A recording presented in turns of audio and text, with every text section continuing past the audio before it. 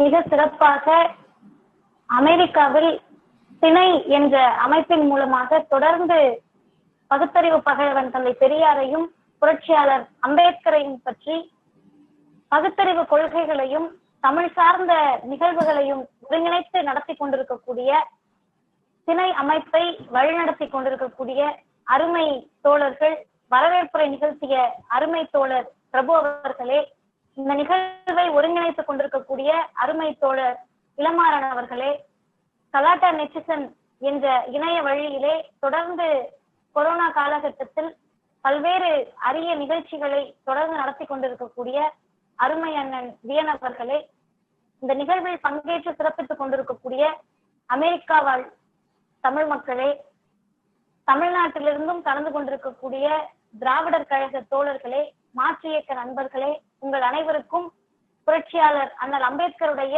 130வது பிறந்த நாள் வாழ்த்துகளையும் இந்த நிகழ்வில் என்னை பேச அழைத்தமைக்கு நன்றியையும் தெரிவித்துக் கொண்டு நான் சார்ந்திருக்கக்கூடிய திராவிடர் கழகத்தின் சார்பிலே அனைவருக்கும் அன்பு வணக்கம். தலைப்பு ஒரு 45 நிமிடத்திற்குள் அண்ணல் அம்பேத்கர் அன்றும் இன்றும் என்றும் என்ற தலைப்பிலே உரையாற்ற இருக்கின்றேன். முதலில் இந்த தலைப்பை பற்றி பார்க்கின்ற போது எத்தனையோ புரட்சியாளர்கள் தமிழ்நாட்டில் மட்டுமல்ல, இந்தியாவில் மட்டுமல்ல, உலக அளவிலே உருவாகி இருக்கிறார்கள்.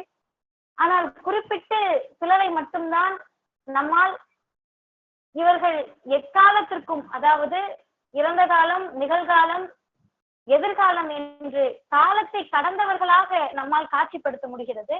அது என்ன காரணம்? குறிப்பிட்ட சிலரை மட்டும்தான் நம்மால் அன்றும் இன்றும் என்றும் என்ற தலைப்புக்குள் அடக்க முடியும். அதிலும் மிக குறிப்பாக தந்தை பெரியாரையும் புரட்சியாளர் அம்பேத்கரையும் காரல் மார்க்ஸ் போன்ற பொது உடைமை தத்துவ சித்தாந்தத்தை ஏற்றுக்கொண்ட இந்த 3 தலைவர்களையும் நம்மால் இந்த ஒற்றை குறியீட்டில் நிறுத்த முடிகிறது. என்ன காரணம் அப்படின்னு பார்த்தோம்னா, பொதுவாகவே அறிவியல் என்ற ஒன்றை யாராலும் நிராகரிக்க முடியாது. நேற்றைக்கு எங்களுக்கு அறிவியல் தேவைப்பட்டது, இன்றைக்கு தேவையில்லை என்று சொல்ல முடியாது. அதே போல அறிவியல் சாதனங்களை இன்றைக்கு நாங்கள் பயன்படுத்துகிறோம், நாளைக்கு எங்களுக்கு தேவையில்லை என்று ஒதுக்க முடியாது. அதே நேரத்திலே அன்றைக்கு அறிவியல் சாதனங்கள் இருந்திருக்கலாம், இன்றைக்கு நான் பயன்படுத்தலாம், ஆனால் நாளைக்கும் எனக்கு இந்த தேவை இருக்குமா என்ற சந்தேகத்துக்குள் நாம் அறிவியலை கொண்டு செல்ல முடியாது. என்ன காரணம் அப்படின்னா, நமக்கு பிடிக்குதோ பிடிக்கலையோ, நாம் ஏற்றுக்கொள்கின்றோமோ இல்லையோ, அறிவியலையும் அறிவியல் சாதனங்களையும் கட்டாயம் நம்முடைய வாழ்வியலில் நம்மோடு பின்னி பிணைந்திருக்கிறது. அதுபோல்தான் புரட்சியாளர் அம்பேத்கர் அவர்களை ஏற்றுக்கொள்கிறார்களோ இல்லையோ, அவரை பிடிக்கிறதோ இல்லையோ, ஏதாவது ஒரு வகையிலே அம்பேத்கர் அவர்கள் நம்முடைய வாழ்விலே பின்னி பிணைந்திருக்கிறார். இது எப்படி சாத்தியம் என்று கேட்டால், அறிவியலை இது பிற்படுத்தப்பட்ட மக்களுக்கு மட்டும்தான் சொந்தம், இது குறிப்பிட்ட மிகவும் பிற்படுத்தப்பட்டவர்களுக்கு மட்டும்தான் சொந்தம், இது பட்டியலின மக்களுக்கு மட்டும்தான் சொந்தம், இல்லை இது ஒடுக்கப்பட்ட மக்களுக்கு மட்டும், இல்லை அறிவியல் பெண்களுக்கு மட்டும்தான், இல்லை அறிவியல் ஆண்களுக்கு மட்டும்தான் என்று நம்மால் பிரிக்க முடியாது. காரணம், அனைவருக்குமானது, பொதுவானது, ஜாதிய ஏற்றத்தாழ்வு இல்லாதது, வர்க்க ஏற்றத்தாழ்வு இல்லாதது, பாலின ஏற்றத்தாழ்வு இல்லாததுதான் அறிவியல். அறிவியலுக்கு இன்னார்தான், இவர்களுக்கு தான் இதை கொடுக்க வேண்டும். ஒரு இடத்துல லைட் சுவிட்ச போடுறோம்னா, சுவிட்ச் போடுற இடத்துல லைட் எரியும். அங்க எத்தனை பேர் இருக்காங்க, யார் இருக்காங்க, அவங்க பூணூல் போட்டிருக்காங்களா இல்லையா, அவர்கள் எந்த ஜாதி, எந்த மதம், ஆனா பெண்ணா என்பதை பார்த்து லைட் எரியாது, என்பதை பார்த்து ஃபேன் ஓடாது. அதுபோல்தான் இந்த அறிவியல் சாதனங்கள் எப்படி இன்னாருக்குதான் இன்னது என்பது இல்லாமல் அனைவருக்குமானதாக இருக்கிறதோ, அதுபோல்தான் புரட்சியாளர் அண்ணல் அம்பேத்கர் அவர்களையும் குறிப்பிட்ட ஜாதிக்கானவராக, இவர் எங்களுக்கு மட்டும்தான் சொந்தமானவர் என்று சொந்தம் கொண்டாட முடியாது, உலகத்திற்கானவர், உலக மனித தத்துவத்திற்கானவர் என்பதுதான் அன்றும் இன்றும் என்றும் புரட்சியாளர் அம்பேத்கர் அவர்கள் வரலாற்றில் நிலைத்து நிற்பதற்கு காரணமாக இருக்கிறது. இரண்டாவது முக்கியமான செய்தி, பதவி ஆசை நிறைய பேருக்கு இருக்கும். பதவி ஆசைனா அது எப்படிப்பட்ட பதவி ஆசைனா, மந்திரி பதவியாக இருக்கலாம், முதல்வர் பதவியாக இருக்கலாம், பிரதமர் பதவியாக இருக்கலாம், எந்த பதவியாக இருந்தாலும் பதவி ஆசை நிறைய தலைவர்களுக்கு இருந்திருக்கும். அண்ணல் அம்பேத்கர் வாழ்ந்த காலகட்டத்திலும் சரி, இப்போதும் சரி, நிறைய பேருக்கு இருக்கும். அதே போல் தன்னுடைய ஜாதிக்காக உழைக்கக்கூடிய, தன்னுடைய ஜாதியை பற்றிய நேசிப்பு அதிகம் இருக்கும். அப்ப பதவி நேசிப்பு இருந்தவர்களும் இருப்பார்கள், தன்னுடைய ஜாதியை மட்டும் நேசிப்பவர்கள் இருப்பார்கள், தன்னுடைய மதத்தை மட்டும் நேசிப்பவர்கள் இருப்பார்கள், அல்லது தன்னுடைய அரசியல் கட்சி என்றால் குறிப்பிட்ட அரசியல் கட்சியை மட்டும் நேசிப்பவர்கள் இருப்பார்கள். ஆனால் நம்ம ஒரு செய்தியை மட்டும் கூர்ந்து கவனிக்கணும். பதவியை மட்டும் நேசித்தவர்கள் அல்லது ஜாதியை மட்டும் நேசித்தவர்கள், மதத்தை மட்டும் நேசித்தவர்கள் வரலாற்றில் காணாமல் போவார்கள். இன்னைக்குமே 2021 ஜாதி கட்சி வச்சு நடத்தக்கூடியவர்கள் இன்றைக்கு கலவரங்களை ஏற்படுத்தலாம், வன்முறைகளை ஏற்படுத்தலாம். ஆனால் வரலாற்றிலே இவர்கள் காணாமல் போவார்கள். யார் வரலாற்றில் நிலைத்து நிற்பார்கள்னா, பதவி நேசிப்பு, ஜாதி நேசிப்பு, மத நேசிப்பு, அரசியல் கட்சி நேசிப்பு என்று இந்த நேசிப்புகளை எல்லாம் கடந்து மனிதத்தை எந்த தலைவர்கள் நேசிக்கிறார்களோ, மனிதத்தை மட்டுமே யார் பேசுகிறார்களோ, மனிதத்தை மட்டுமே யார் பிரச்சாரம் செய்கிறார்களோ, மனிதத்தை மட்டும் யார் வாழ்வியலாக ஏற்றுக்கொள்கிறார்களோ, அந்த தலைவர்கள் தான் காலத்தை வென்றவர்களாக அன்றும் இன்றும் என்றும் நிலைத்து நிற்கக்கூடியவர்களாக நிற்பார்கள். அப்படி நிற்கக்கூடிய இருபெரும் தலைவர்கள் தான் புரட்சியாளர் அண்ணல் அம்பேத்கர் அவர்களும் பகுத்தறிவு பகலவன் ஐயா தந்தை பெரியார் அவர்கள். இன்றைய தலைப்பு அண்ணல் அம்பேத்கருடைய பிறந்த நாள் என்று அண்ணல் அம்பேத்கர் எப்படி அன்றும் இன்றும் என்றுமாக இருக்கிறார் என்பதுதான். அப்ப முதல்ல என்ன செய்தி அப்படின்னு சொன்னா, இன்றைக்கு அம்பேத்கரை இவ்வளவு கொண்டாடுகிறோம் என்றால் முக்கியமான காரணம் என்னை பொறுத்தவரை இந்த கல்வி சார்ந்த சிந்தனை. என்ன கல்வி சார்ந்த சிந்தனை அப்படின்னு சொன்னா, ஒரு காலகட்டத்தில் கல்வி உங்களுக்கு வராது, நீங்க எல்லாம் படிக்க கூடாது என்று சொன்ன போது, கல்வி கற்பதற்கான தகுதி உங்களுக்கு இல்ல, திறமை உங்களுக்கு இல்லைன்னு சொன்ன போது, இங்க இருக்கக்கூடிய கூட்டம் நம்பியது, இந்தியர்கள் நம்பினார்கள். ஆமா, நமக்கு படிப்பு வராது, நமக்கு படிப்பதற்கான தகுதி இல்ல, திறமை இல்லை என்று இந்த மக்கள் நம்பினார்கள். அதில் இந்த ஜாதி, குறிப்பிட்ட பட்டியலின மக்கள், தாழ்த்தப்பட்ட மக்களுக்கு மட்டும்தான் கல்வி மறுக்கப்பட்டது என்று நிறைய பேர் இன்றைக்கு ஆண்ட ஜாதி பெருமை பேசுகிறோம், அதனால நம்ம எல்லாம் படிச்சோம்னு நினைச்சிட்டு இருக்காங்க. ஆனால் உண்மை செய்தி என்ன அப்படின்னா, சூத்திரருக்கும் பஞ்சமனுக்கும் கல்வி கிடையாது, சூத்திரனுக்கும் பஞ்சமனுக்கும் படிப்பு வராது என்ற நிலை இந்தியாவில் இருந்தது. ஆனால் அதையெல்லாம் தாண்டி ஒரு சிறுவன் பள்ளிக்கூடத்துக்கு போறாரு. பள்ளிக்கூடத்துல என்ன பண்றாங்கன்னா, நீ இன்னைக்கு ஸ்கூலுக்கு நீ வர முடியாது, நீ உட்கார முடியாதுன்றாங்க. ஏன் அப்படின்னு சொல்லி, நீ உயர்ஜாதி பசங்களோட சரி தாக்குப்பை எடுத்துட்டு வா, தனியா உட்காரணும்னு சொல்றாங்க. அன்றைக்கு தெருவுகளிலும் வீதிகளிலும் பள்ளிக்கு செல்லுகின்ற போது கோணி சாக்குப்பையை எடுத்து சென்ற ஒரு சிறுவன் 1946 அரசியல் நிர்ணய சபையிலே பாராளுமன்ற வாசலில் நிற்கிறார்னு சொன்னா, அதுதான் புரட்சியாளர் அம்பேத்கர் அன்றைக்கு வாழ்ந்த வாழ்வு இன்றைக்கு நமக்கு பாடமாகி இருக்கிறது. என்ன பாடம்? புரட்சியாளர் அம்பேத்கர் அவர்கள் படித்தது என்பது 2 முக்கியமான செய்திகளை உள்ளடக்கியது. ஒண்ணு என்ன அப்படின்னா, தகுதிக்கும் திறமைக்கும் நாங்க தான் அத்தாரிட்டி, தகுதியும் திறமையும் எங்களுக்கு மட்டும்தான் இருக்கு, நாங்க தான் அதுக்கு காப்புரிமையே வாங்கியிருக்கோம் என்று சொல்லக்கூடிய பார்ப்பனர்களுடைய ஆதிக்க மனநிலையில் விழுந்த சம்மட்டி அடிதான் புரட்சியாளர் அம்பேத்கருடைய கல்வியும் பட்ட படிப்புகளும். 2வது செய்திதான் மிக முக்கியமான செய்தி. எந்த சமூகம் இருப்பதிலேயே மிகப்பெரிய மனநிலை, மனநோய் என்னன்னா, 2000 ஆண்டு காலமாக இப்ப எங்க அம்மா இருக்காங்கன்னா, எங்க அம்மா ஒரு 10 நாள் என்கிட்ட சொல்றாங்க, உனக்கு படிப்பு வராது, நீ சட்டம் படிக்கிறதுக்கு லாயக்கே இல்ல, எதுக்கு இந்த குரூப் எடுத்த, உனக்கு படிப்பு வராது வராது வராதுன்னு சொல்லும் போது 11வது நாள் ஆட்டோமேட்டிக்கா எனக்கு என்ன ஆயிடும்னா, ஆமா உண்மையாகவே நமக்கு படிப்பு வராது போலன்னு அந்த படிப்பை நிறுத்தி விடுவோம். இந்த மனநிலையை, இந்த சைக்கலாஜிக்கல் ஃபேக்டரை மன ரீதியாக 2000 ஆண்டு காலமாக உங்களுக்கு படிப்பு வராது, உங்களுக்கு படிக்க கூடாது என்று சொன்னதை ஒரு கூட்டம், ஒரு சமூகம், ஒட்டுமொத்த மக்கள் நம்பி இருந்தார்கள். அப்ப அந்த நம்பிக்கை, அந்த மக்களுக்கெல்லாம் ஒரு விடிவெள்ளியாக, ஏன் நமக்கு படிப்பு வராது, நம்மாலும் படிக்க முடியும், அறிவு என்பது அனைவருக்குமானது, கல்வி என்பது அனைவருக்குமானது, தகுதி திறமை என்ற புரூடாவை, இந்த பொய்யெல்லாம் நீங்க நம்ப தேவை கிடையாது, வாய்ப்பு கொடுக்கப்பட்டால் அனைவரும் படிக்கலாம் என்று ஒரு டெமான்ஸ்ட்ரேஷனாக அம்பேத்கர் வாழ்ந்திருக்கிறார்.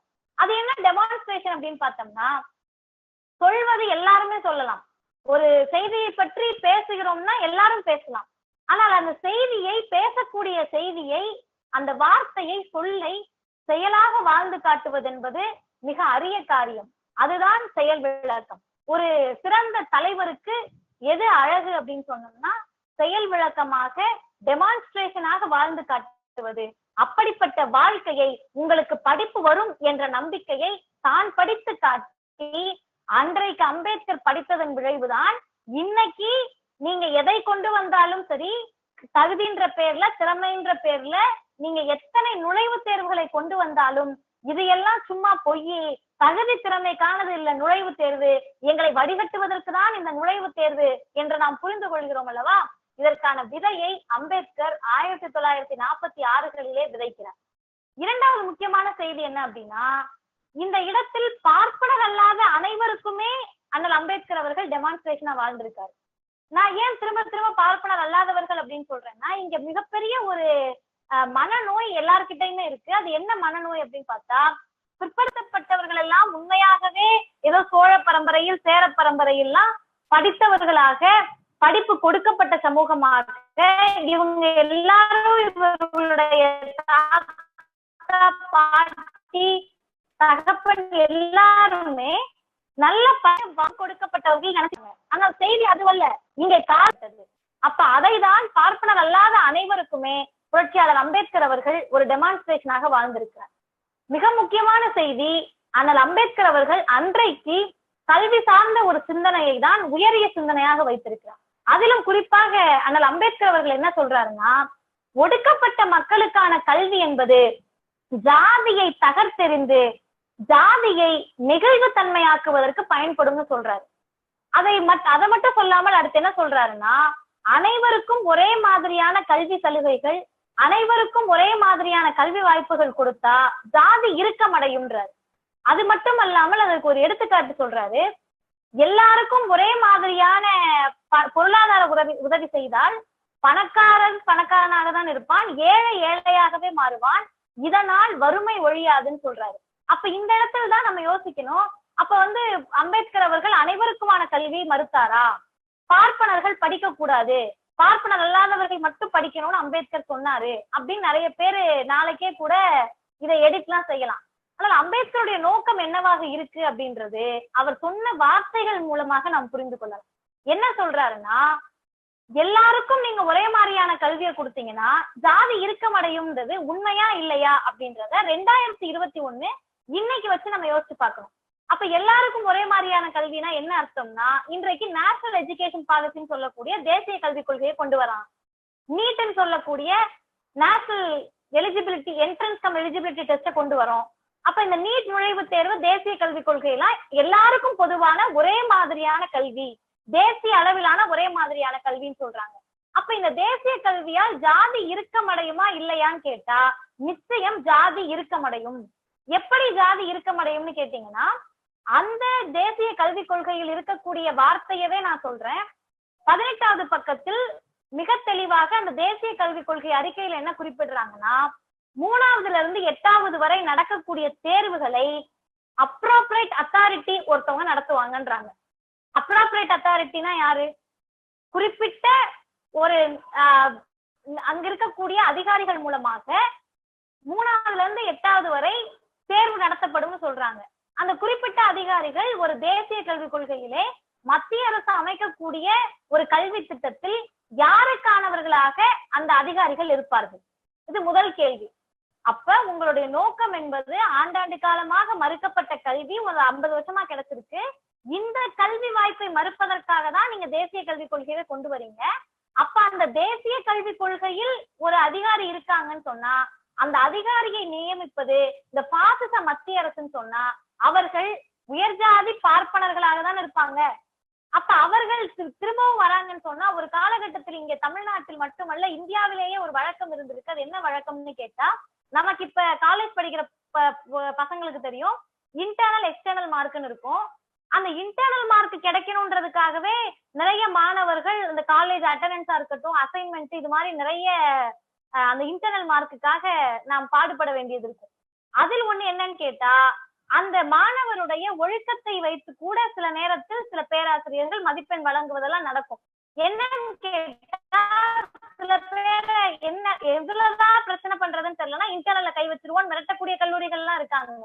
அப்ப இன்றைக்கு மருத்துவராக இருக்கக்கூடிய நிறைய பேர் சொல்லக்கூடியது என்ன அப்படின்னா, அதாவது 1920களில் 50களில் எல்லாம் இன்டர்னல் மார்க் எப்படி போடுவாங்கன்னா முதுகை தடவி பார்த்து போடுவார்கள்ன்றாங்க.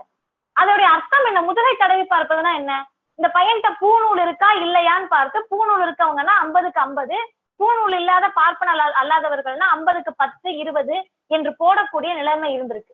அப்ப இவ்வளவு பெரிய ஜாதிய ஏற்றத்தாழ்வுகள் கல்வி நிலையங்களில் இருந்திருக்கிறது. இதையெல்லாம் மாற்றிதான் அனைவருக்குமான கல்வியை இங்கே நாம் உறுதி செய்தோம். இதைதான் புரட்சியாளர் அம்பேத்கர் அன்றைக்கு 1930களில் சொல்லுகிற போது ஒடுக்கப்பட்ட மக்களுக்கு கல்வியில் முன்னுரிமை கொடுங்கன்றாரு. அதனுடைய அர்த்தம் என்ன? 4 தலைமுறையாக ஒருத்தவங்க படிச்சிருக்காங்க, 5வது தலைமுறையா அவங்க படிக்கிறத நம்ம வேணாம்னு சொல்லல.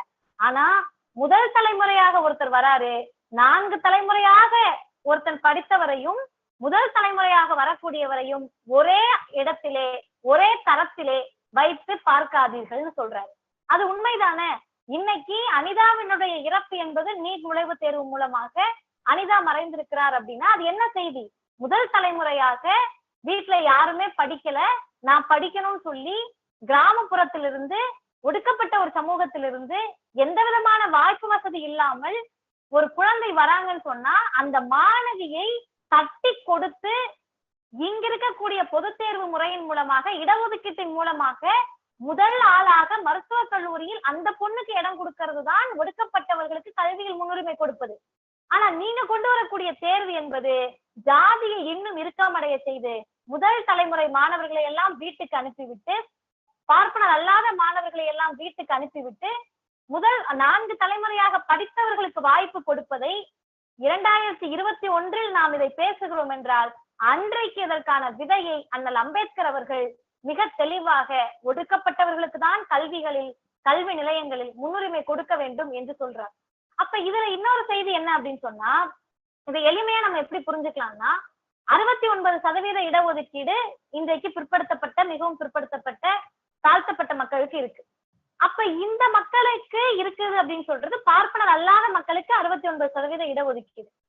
இவங்களுக்கு இடஒதுக்கீடு தரீங்களேன்னு சொல்லி இதிலிருந்து பறித்து 10% EWS என்று சொல்லக்கூடிய உயர் ஜாதியில் பின்தங்கியவர்கள், உயர் வகுப்பில் பின்தங்கியவர்கள், பொருளாதாரத்தில் பின்தங்கியவர்கள்னா இது எவ்வளவு பெரிய மோசடி. அப்ப நீங்க மேடு இருக்கு பள்ளம் இருக்குன்னு சொன்னா மேடுல ஒரு கரண்டி மண்ணு பள்ளத்துல ஒரு கரண்டி மண்ணுன்னு போட்டா மேடு மேடாதான் இருக்கும், பள்ளம் பள்ளமாக தான் இருக்கும் என்று இதைதான் பெரியார் சொன்னார். இதைதான் அண்ணல் அம்பேத்கரும் அன்றைக்கு சொல்கிறார், ஒரே தரத்திலே ஒரே தட்டில் வைத்து இவர்கள் இருவரையும் பார்க்காதீர்கள் அப்படின்றார். இன்னைக்கும் நாம் இதை பேசிக் கொண்டிருக்கிறோம்னா அதற்கு காரணம் அன்றைக்கு கல்வி நிலையங்களில் நடந்த கொடுமைகள் இன்றைக்கு வேறு விதமாக இதே இந்தியாவில் உயர்கல்வி நிறுவனங்கள் மட்டுமல்ல பள்ளிக்கூடம் தொடங்கி உயர்கல்வி நிறுவனங்கள் வரை நடந்து கொண்டுதான் இருக்கிறது. அப்ப அன்றைக்கு எந்த அம்பேத்கருடைய குரல் கல்வி நிலையங்களுக்கு தேவைப்பட்டதோ அன்றைக்கு எந்த அம்பேத்கர் கல்வி கடன்கள் வழங்க வேண்டும் என்று 1936 அம்பேத்கர் பேசுகிறார். பம்பாய் மாகாண மாநாட்டிலே 1936 கல்வி கடன் வழங்க வேண்டும் சொல்றாரு பார்ப்பனர் அல்லாத மக்களுக்கு. அப்ப கல்வி கடன் அப்படின்றத இங்க நகைப்புக்குள்ளாக்குனாங்க, படிக்கிறதுக்கு கடன் தரணுமா என்று சிரித்தார்கள். ஆனால் இன்றைக்கு எல்லா வங்கிகளும் முத்தி மோதிக்கொண்டு கல்வி கடனை வழங்கி கொண்டிருக்கிறார்கள். இதில் 2வது முக்கியமான செய்தி, இன்றைக்கும் அம்பேத்கர் தேவைப்படுகிறார் அப்படின்னு சொன்னா இந்து ராஜ்யம் அமைக்க போறோம்ன்றாங்க. அது என்ன இந்து ராஜ்யம்னு கேட்டா, முதல் செய்தி ஒரே நாடு ஒரே மொழி ஒரே கலாச்சாரம் என்ற அனைத்து நிலைகளிலும் ஒற்றை கலாச்சாரத்தை இந்தியாவுக்கு கொண்டு வரணும்ன்றாங்க. 2வது மாநில சுயாட்சிகளே இல்லாமல் ஆக்கணும். 3வது செய்தி என்ன அப்படின்னா அரசியலமைப்பு சட்டத்தை குழி தோண்டி புதைப்பது. இது எல்லாம் சொல்லக்கூடியவர்கள் யாருக்கு பிறந்தநாள் விழா எடுக்கிறார்கள்னு பார்த்தா புரட்சியாளர் அம்பேத்கருக்கு பிறந்தநாள் விழா எடுக்கிறார்கள். இது எவ்வளவு பெரிய முரண். இந்த முரணை களைவதற்காக தான் அன்றும் இன்றும் என்றும் புரட்சியாளர்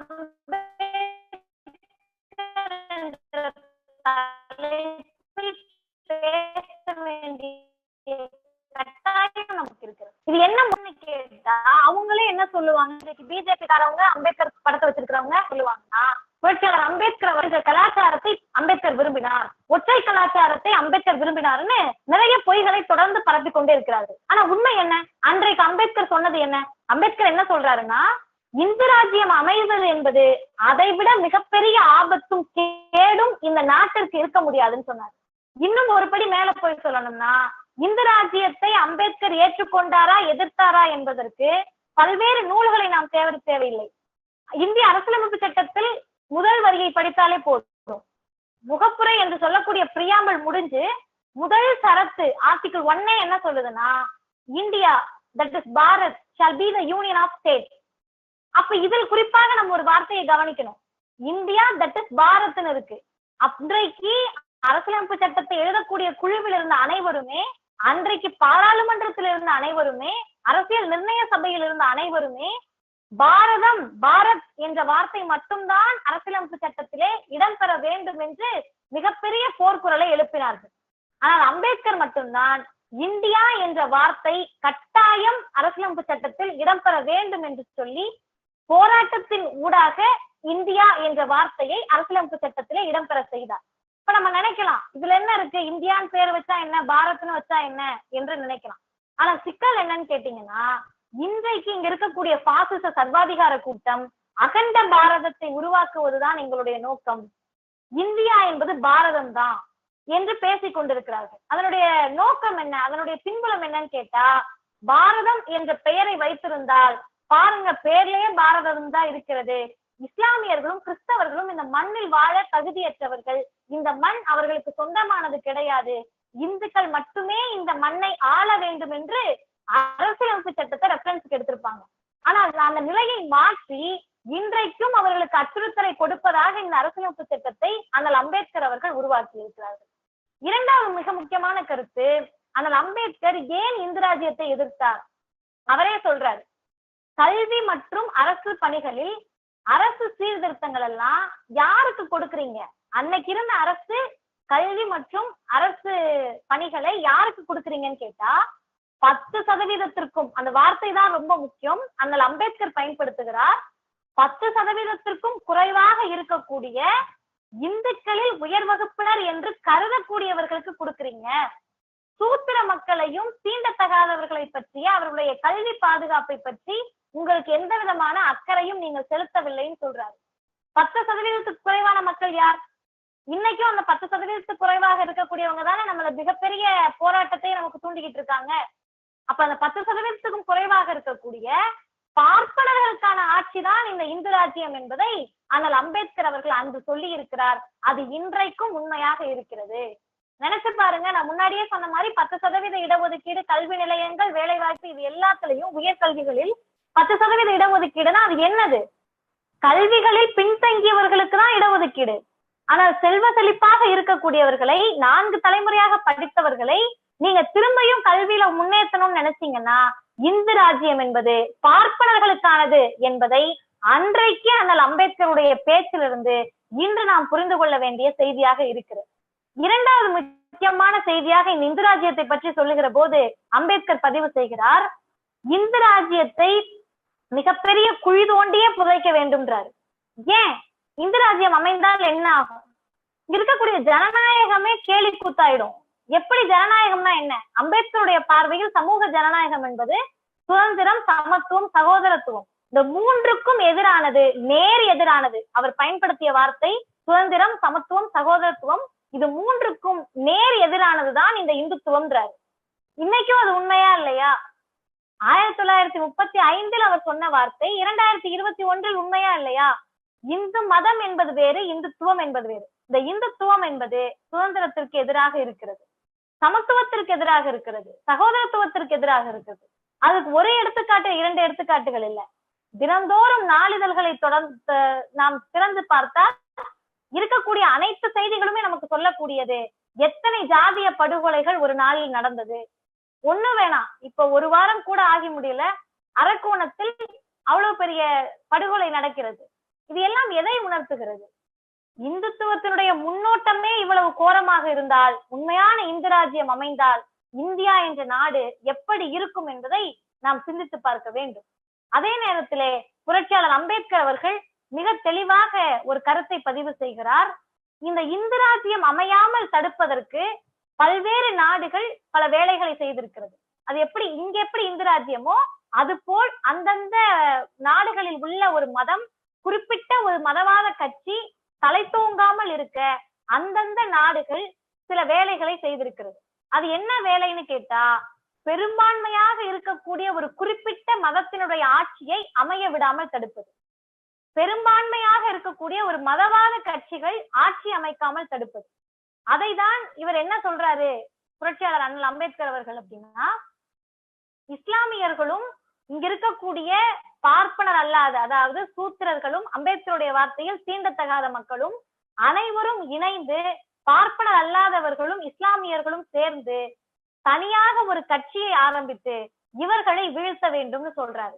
நினைச்சு பாருங்க, மற்ற மாநிலங்களில் அது சாத்தியப்படவில்லை. இன்றைக்கும் இந்துக்களுக்கும் இஸ்லாமியர்களுக்கும் எதிரான மிகப்பெரிய ஒரு போராட்டத்தை, கலவரத்தை, வன்முறையை எல்லா மாநிலங்களும் சந்திக்கிறது. ஆனால் தமிழ்நாட்டில் இங்கே திராவிட கட்சிகள் போட்ட விதை என்பது இஸ்லாமியர்களும் இந்துக்களும் ஒரே கட்சியில் சேர்ந்து ஒரு குறிப்பிட்ட மதவாத கட்சியை எதிர்ப்பது என்பது இங்கு சாத்தியமானது. அதுதான் அன்றைக்கு அம்பேத்கர் சொன்னதை இன்றைக்கு நாம் சாத்தியப்படுத்துகிறோம். மூன்றாவது மிக முக்கியமான செய்தி என்ன அப்படின்னா, மாநில சுயாட்சியை அம்பேத்கர் விரும்பவில்லை என்ற ஒரு குற்றச்சாட்டை மீண்டும் மீண்டும் இங்க இருக்கக்கூடிய, நமக்கு அது குற்றச்சாட்டு, ஆனால் அவர்களுக்கு எதிர்த்தரப்பில் இருக்கக்கூடிய இந்துத்துவ சிந்தனையாளர்களுக்கு, வலதுசாரிகளுக்கு மாநில சுயாட்சி எல்லாம் எந்த இடத்துலயுமே அம்பேத்கர் வலியுறுத்தல என்று மிக பொதுவாக சொல்லுவார்கள். ஆனால் அம்பேத்கர் மிக தெளிவாக என்ன குறிப்பிடுறார் அப்படின்னு சொன்னா, சட்டமன்றம் மற்றும் நிர்வாக நடவடிக்கைகள், அதாவது மாநில சட்டமன்றம் மற்றும் நிர்வாக நடவடிக்கைகளில் மத்திய அரசை சார்ந்து நீங்கள் இயங்க வேண்டும் என்ற அவசியம் இல்லை, அரசியலமைப்பை சார்ந்து நீங்கள் இயங்கினால் போதுன்றார். இது நம்ம மாநில அரசுக்கு தெரியுமான்னு நமக்கு சந்தேகமா இருக்கு.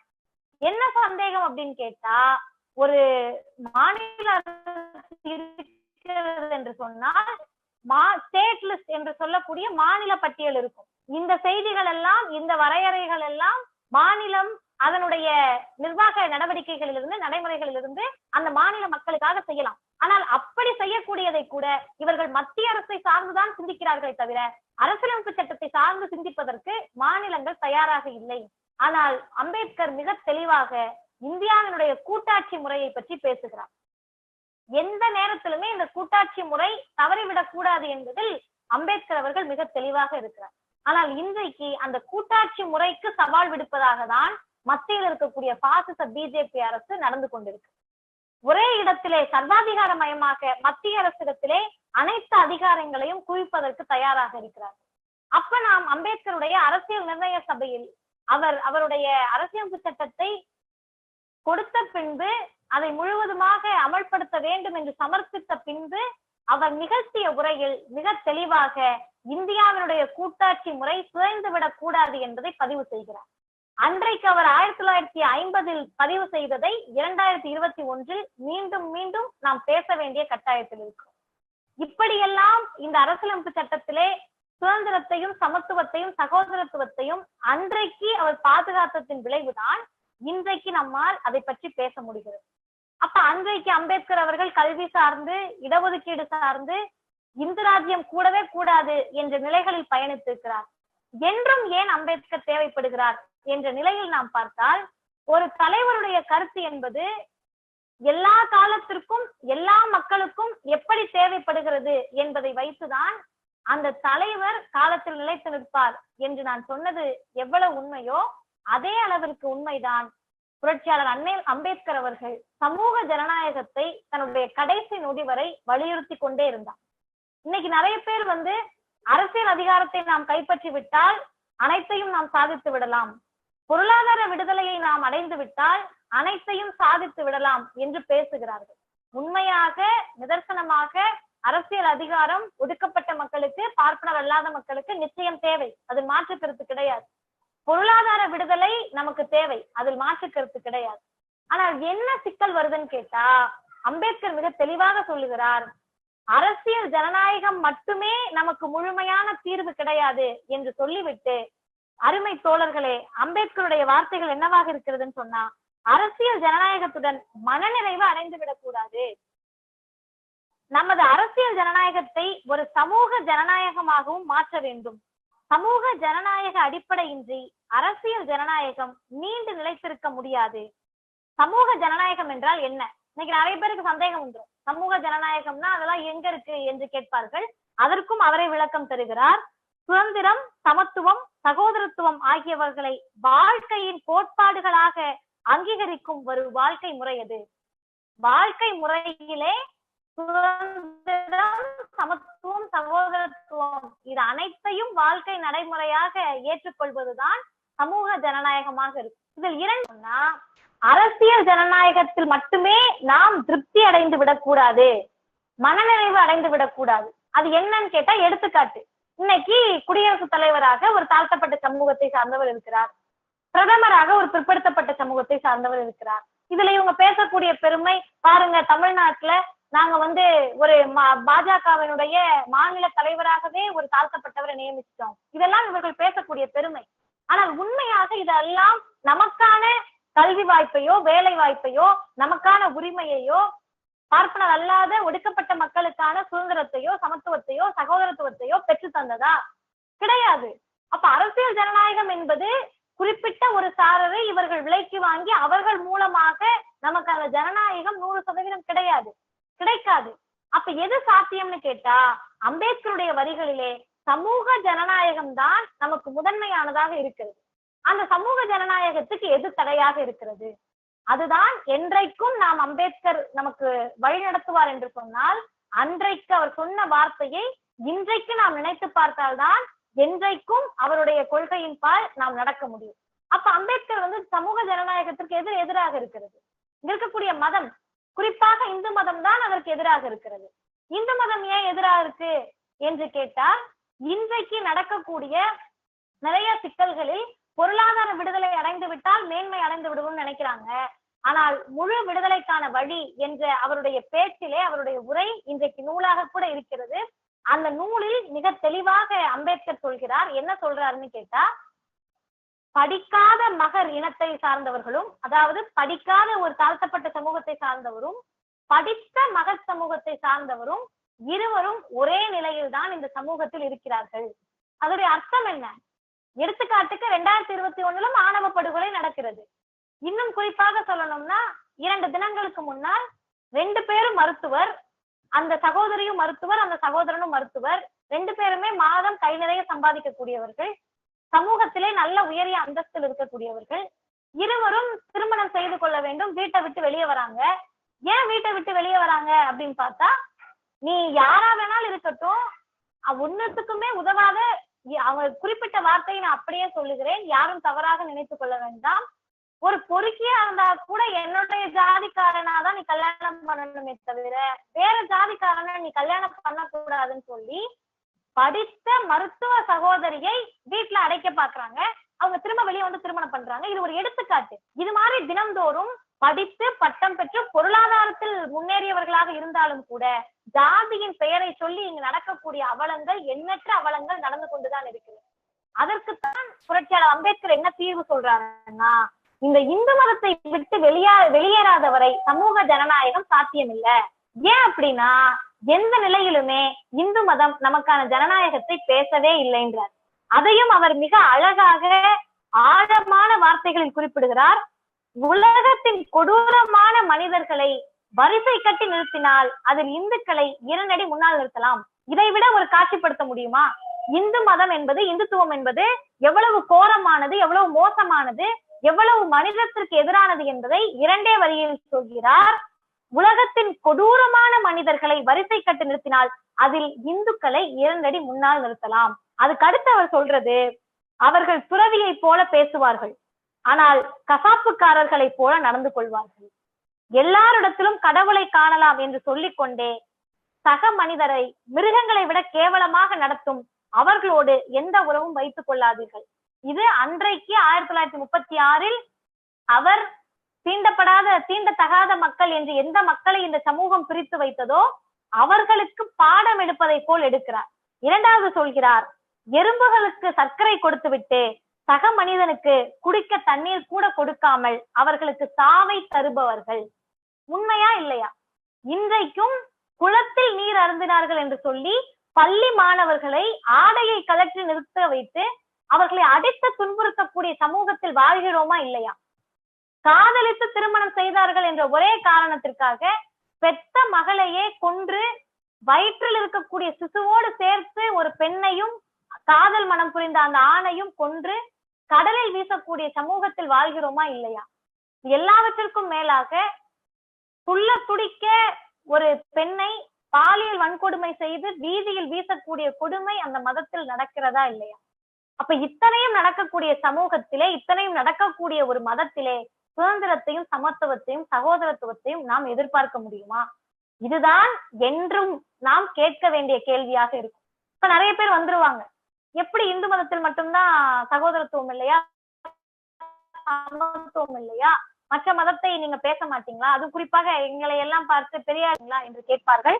அதற்கும் அம்பேத்கருடைய பேச்சிலிருந்தே விடை இருக்கிறது. அன்று அம்பேத்கர் பேசியதை இன்று வாசிக்கிறோம். ஒரே காரணம், என்றும் நமக்கு சுதந்திரமும் சமத்துவமும் சகோதரத்துவமும் தேவை என்றால் அன்று அம்பேத்கர் பேசியதை இன்று நாம் நினைவுபடுத்த கடமைப்பட்டிருக்கிறோம். அப்ப அம்பேத்கர் அதே முழு விடுதலைக்கான வழியில் இந்து மதத்தை பற்றி சொல்லுகிற போது கிறிஸ்தவ மதத்தையும் இஸ்லாத்தையும் பற்றியும் சேர்த்து சொல்லுகிறார். கிறிஸ்தவமும் இஸ்லாமும் உயர்வு தாழ்வுகளை கற்பிப்பதில்லை. இந்த வார்த்தை தான் ரொம்ப முக்கியம். ஒரு மதமே ஏற்றத்தாழ்வை கற்பிக்கிறது என்று சொன்னால் அது இந்து மதம். ஆனால் கிறிஸ்தவமும் இஸ்லாமும் ஏற்றத்தாழ்வுகளை கற்பிப்பதில்லை என்று சொல்லிவிட்டு அடுத்த வழி சொல்லுகிறார், ஆனால் கிறிஸ்தவர்களும் இஸ்லாமியர்களும் ஏற்றத்தாழ்வுகளோடு பழகுகிறார்கள். அதுக்கு என்ன காரணம் அப்படின்னா, உங்களை சமமாக நடத்தினால் எங்கே இந்துக்கள் உங்களோடு சேர்த்து தங்களையும் அவ்வாறே தாழ்வாக நடத்துவார்களோ என்று அச்சப்பட்டே அவர்களும் தீண்டாமையை கடைபிடிக்கிறார்கள். இன்றைக்கு நிலை மாறி இருக்கலாம், ஆனால் இந்த வார்த்தை ஆழமானது. என்னன்னு கேட்டா, நிறைய பேர் இருப்பாங்க, ஜாதி ஒழிப்பை பேசுவார்கள், அனைவருக்கும் அனைத்துமாக இருக்க வேண்டும் என்று பேசுவார்கள், ஜாதி ஒழிந்தே தீர வேண்டும் என்று பேசுவார்கள், ஆனால் சுயஜாதி ஒழிய வேண்டும் என்று நினைக்க மாட்டார்கள். அப்படிப்பட்டவர்களுக்காக இந்த வார்த்தையை நாம் எடுத்துக்கொள்ளலாம். மதம் என்பதை தாண்டி எங்கு ஒடுக்கப்பட்ட மக்களுடைய உரிமையை பேசினால் நம்மையும் ஒடுக்கப்பட்டவர் என்று நினைத்து இந்த சமூகம் புறம் தள்ளிவிடுமோ என்ற பயத்தில் ஒடுக்கப்பட்டவர்களுடைய உரிமையை பேசாமல் மறுக்கக்கூடிய அனைவருமே இந்துத்துவத்தின் பக்கம்தான் நிற்கிறார்கள் என்பதை நாம் மறுக்க முடியாது. எதற்காக இதையெல்லாம் நாம் இவ்வளவு ஆழமாக, குறிப்பாக சமூக ஜனநாயகத்தை பற்றி இவ்வளவு பேச வேண்டி இருக்கிறது என்று சொன்னால், அரசியல் ஜனநாயகமும் பொருளாதார ஜனநாயகமும், ஆனால் அம்பேத்கர் அவர்கள் சொன்னதை போல அதை அடைவது என்பது நம்முடைய நோக்கமாக இருக்கலாம். ஆனால் அதை எல்லாம் தாண்டி சமூக ரீதியாக ஜாதி ஒழிப்பை, இந்த இந்துத்துவ மறுப்பை, இந்துத்துவத்தை ஒழிக்க வேண்டும் என்ற நோக்கம்தான் நம்முடைய உயரிய நோக்கமாக இருக்க வேண்டும். இப்படியெல்லாம் சொல்லக்கூடிய புரட்சியாளர் அம்பேத்கர் அவர்கள் இறுதியிலே அவர் புத்த மதத்தை தழுவினார் என்பதை இன்றைக்கும் நிறைய பேர் என்ன சொல்லுவாங்கன்னா, ஒரு சாரர் புத்த மதத்தை அம்பேத்கர் தழுவியதை ஏற்றுக்கொள்வார்கள். சிலர் என்ன சொல்லுவாங்கன்னா, அவர் மதத்தையெல்லாம் சாடி விட்டு இறுதியில் புத்த மதத்தை தழுவி விட்டார்னு சொல்லுவாங்க. ஆனால் அன்றைக்கு புரட்சியாளர் அம்பேத்கர் அவர்கள் தழுவியது புத்த மதத்தை கிடையாது, புத்த மார்க்கத்தை. இரண்டுக்கும் மிகப்பெரிய வேறுபாடு இருக்கு. அவர் எந்த இடத்திலேயுமே புத்தரை கடவுளாக நினைக்கவில்லை, எந்த இடத்திலேயுமே புத்தரை கடவுளாக மாற்ற அவர் விரும்பவில்லை, எந்த இடத்திலேயுமே புத்தரை அவர் கடவுளின் அவதாரமாக சொல்லவில்லை, எந்த இடத்திலேயுமே அவர் புத்த மதத்தில் இந்த கட்டுப்பாடுகள் எல்லாம் இருக்கும், புத்த மதத்தில் தொட்டால் தீட்டு பார்த்தால் பாவம் என்ற எந்த விதமான ஏற்றத்தாழ்வுகளையும் அவர் ஏற்றுக்கொண்டு அங்கே செல்லவில்லை. காரணம், இன்றைக்கு இருக்கக்கூடிய புத்த மதம் வேறு, அன்றைக்கு புரட்சியாளர் அண்ணல் அம்பேத்கர் அவர்கள் தழுவிய புத்த மதம் என்பது வேறு. எதற்காக இதை ரொம்ப நான் ஆணித்தரமா அழுத்தமாக சொல்றேன் அப்படின்னா, இன்றைக்கு கூட ஆனால் அம்பேத்கர் அவர்களுடைய வாழ்க்கையை படிக்கக்கூடிய நிறைய பேர் கேட்கக்கூடிய கேள்வி என்பது, புத்த மதத்தை மாறிவிட்டதனால் இந்து மதத்தில் இருக்கக்கூடிய இழிவுகளை நீக்கிவிட்டாச்சா, புத்த மதம் மாறினதுனால் இங்க இருக்கக்கூடிய ஜாதிய ஏற்றத்தாழ்வு மதவாதம் எல்லாம் அழிஞ்சிடுச்சான்னு கேட்கிறாங்க. ஆனால் அதில்தான் குறிப்பான ஒரு செய்தியை நாம் பார்க்கணும். ஆனால் அம்பேத்கர் அவர்கள் அன்று புத்த மதம் தழுவிய போது இங்கு பெரியார் சொல்லுகிறார், மிக தெளிவாக சொல்லுகிறார், அன்றைக்கு இருந்த சுதேசி மித்திரன் போன்ற பார்ப்பன பத்திரிகைகள் எல்லாம் புரட்சியாளர் அம்பேத்கர் அவர்கள் மதம் மாறுவதை நகைப்புக்குள்ளாக்கினார்கள், எள்ளி நகையாடினார்கள். என்ன சொன்னாங்கன்னு கேட்டா, நீங்க ஒருத்தர் போறதுனால இந்து மதம் என்ற கட்டமைப்பு உடைஞ்சிடாது என்று ரொம்ப குறைச்சலான கேவலப்படுத்தக்கூடிய எதிரி மோனைகளை எல்லாம் உவமையெல்லாம் பயன்படுத்தினார்கள். அதனால்தான் பெரியார் சொன்னார், நீங்கள் தனியாக சென்றால் நல்லது ஒளிஞ்சிட்டான் என்று பேசுவார்கள். அதனால் நீங்கள் தனியாக செல்லாமல் லட்சக்கணக்கானவர்களோடு வெளியேறுங்கள் என்று பெரியார் சொன்னார்.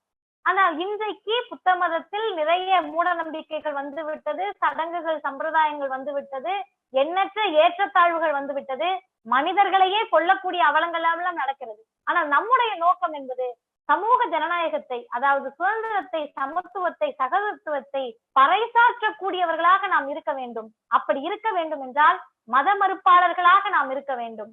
குறிப்பாக ஜாதி ஒழிப்பு என்ற தளத்திலே புரட்சியாளர் அம்பேத்கர் அவர்கள் எந்த எல்லைக்கு சென்று ஜாதி ஒழிப்பு என்று பேசினாரோ அந்த எல்லைக்கு சென்று ஜாதி ஒழிப்பை பேச நாம் கடமைப்பட்டிருக்கிறோம். எனவே அருமை நண்பர்களே, காலத்தின் அருமை கருதி அண்ணல் அம்பேத்கர் அன்றும் இன்றும் என்றும் என்று சொன்னால், இறுதியாக அம்பேத்கர் சொன்னது கற்பி ஒன்று சேர் புரட்சி செய். அப்ப இந்த கற்பித்தல் என்பது நம்முடைய கல்வியை ஒரு பாடத்திட்டத்தை கிடையாது. அண்ணல் அம்பேத்கர் அவர்கள் கற்பி என்று சொன்ன வார்த்தை என்பது சமூக பாடத்தை மக்களிடத்திலே கற்பிக்க வேண்டிய உயரிய கடமை நம்மை போன்ற முற்போக்காளர்களுக்கு மற்றவர்களை விட அதிகமாக இருக்கிறது. நாம் கற்பிக்கக்கூடிய பாடம் என்பது எப்படிப்பட்ட பாடமாக இருக்க வேண்டும் என்று சொன்னால், ஜாதி ஒழிப்பு பாடமாக இருக்க வேண்டும், மத மறுப்பு பாடமாக இருக்க வேண்டும், மதவாதம் எந்த வடிவில் வந்தாலும் அதை அடித்து நொறுக்கக்கூடிய பாடமாக இருக்க வேண்டும், கடவுள் என்ற பெயரால், மூட நம்பிக்கை என்ற பெயரால் நம்முடைய சுய சிந்தனைக்கு முட்டுக்கட்டை இடாத ஒரு பாடமாக இருக்க வேண்டும். இதையும் அன்றைக்குதான் அண்ணல் அம்பேத்கர் சொல்லுகிறார். என்ன சொல்றாருன்னு கேட்டா, யார் முழு சுதந்திரமான மனிதன், யார் ஒரு சுதந்திரமான மனிதன் என்று சொன்னால், பெரியோர்கள் சொன்னார்கள், முன்னோர்கள் சொன்னார்கள் என்று முன்னோர்களை சாட்சிக்கு இழுக்காமல் தன்னுடைய சுய சிந்தனையோடு யாருக்கும் கைப்பாவையாக மாறாமல் மானமும் அறிவோடு யார் இருக்கிறார்களோ அவர்கள்தான் முழுமையான சுதந்திரமான மனிதன் என்று அன்று அண்ணல் அம்பேத்கர் அவர்கள் சொன்னார். இன்றும் அதைதான் நாம் சொல்ல வேண்டும். இதைத்தான் பெரியார் சொன்னார், சாஸ்திரத்தை விட, உன் முன்னோரை விட, சாஸ்திரத்தை விட, வெங்காயம் விளக்கமாத்தை விட அறிவு பெரிது, அதை சிந்தின்னு சொன்னார். இதைதான் அண்ணல் அம்பேத்கருடைய பாடமாக நாம் மக்களிடத்திலே எடுத்து செல்ல வேண்டும். இரண்டாவது, ஒன்று சேர்ப்பது என்பது ஜாதிய ரீதியாக மக்களை நாம் ஒன்று சேர்த்தால் நிச்சயம் பிளவு ஏற்படும். ஆனால் அம்பேத்கர் அவர்கள் அன்றைக்கு ஒடுக்கப்பட்ட மக்களை ஒன்றிணைக்க விரும்பினாரே தவிர குறிப்பிட்ட ஜாதியினரை மட்டும் அவர் ஒன்று சேர்க்க விரும்பவில்லை. இன்னும் சொல்ல போனால் ஒரு படி மேலே சென்று அண்ணல் அம்பேத்கர் தெளிவாக சொல்கிறார், பிற்படுத்தப்பட்ட மக்கள் நீங்க ஏதோ நல்ல வாழ்க்கை வாழ்வதாக நினைக்காதீர்கள், உங்களுக்கும் கல்வி மறுக்கப்படுகிறது, உங்களுக்கும் வேலை வாய்ப்பு மறுக்கப்படுகிறது, உங்களுக்கும் சமத்துவம் மறுக்கப்படுகிறது, நீங்களும் தீண்டத்தகாத மக்களும் இணைந்து இந்த பார்ப்பனியத்தை எதிர்க்க வேண்டும் என்று சொன்னார். இன்னும் ஆழமாக அம்பேத்கர் சொன்னார், பார்ப்பனியமும் முதலாளித்துவமும் ஒழிக்கப்பட வேண்டியவை என்று சொன்னார்.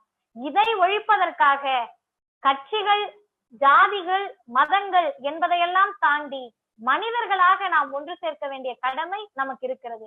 மூன்றாவது, புரட்சி செய்வது. புரட்சி செய்வதென்றால் நாம் கத்தி எடுத்துக்கிட்டு, அருவாளை எடுத்துக்கிட்டு, ஆயுதத்தை ஏந்தி இந்த இந்துத்துவமான மதவாத கட்டமைப்பை, ஜாதிய கட்டமைப்பை தகர்க்க முடியாது.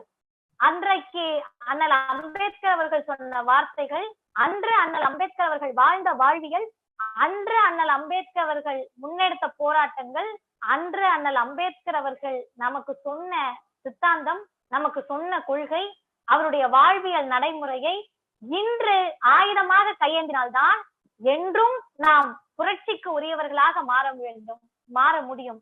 எனவே அருமை நண்பர்களே, தோழர்களே, அண்ணல் அம்பேத்கர் அவர்கள் அன்று தேவைப்பட்டார், இன்று தேவைப்படுகிறார், என்றும் தேவைப்படுவார். எனவே கற்பிப்போம், ஒன்று சேர்ப்போம், ஆயுதமேந்தாத அறிவு புரட்சிக்கு அண்ணல் அம்பேத்கரையும் தந்தை பெரியாரையும் ஆயுதமாக. நன்றி, வணக்கம்.